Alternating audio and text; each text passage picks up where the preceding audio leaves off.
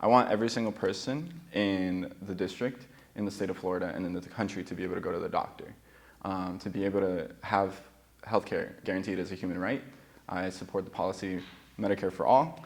It's a single-payer healthcare system so that we can, if you break your leg, if you have cancer, if you need psychiatric treatment, you can just go and not have to worry about like the traumatizing process of being asked for your private insurance. And that's indicative of a system that is perpetuating like inequality and poverty. And by addressing the issue of corruption, the influence of big money in our races, we'd be able to implement Medicare for all and the multitude of different solutions that we have policy-wise to all the issues. Given that in this day and age, we have the resources, we have the technology, we have the know-how, how to implement these policies. Our system functioning to preserve the wealth of the ruling class and doing so at the expense and the cost and the harm of our communities, the regular poor and working people.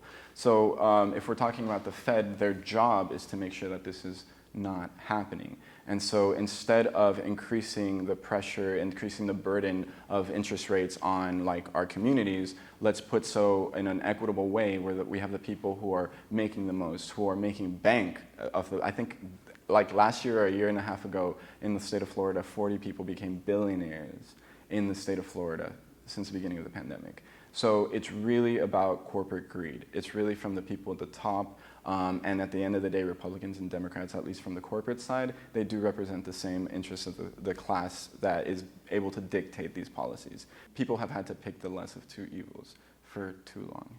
And I believe that if we're consistent with our organizing, and I'm involved with the local Democratic Executive Committee. I lean into the fact that I'm a leader in the Democratic Party because it's about accountability. I'm also a board member of the Progressive Caucus, and my mission, my vision, and our vision, and I'm saying that as a campaign, but within my role as well as within the Progressive Caucus board, is to start talking to people in the community, do it year-round, do it every day of your life, whether you're going canvassing in the afternoon or you're talking to people at the grocery store. But you have a winning message. We have the benefit of the fact that we're telling the truth, and I really do believe that. People understand that the corruption is the issue. We can talk about sea level rise. We can talk about the acidification of the ocean. We can talk about the fresh water that's being pushed out of the aquifers because of the sea level rise and the saltwater intrusion. We can talk, did I mention the industrial agriculture runoff that's causing algae blooms?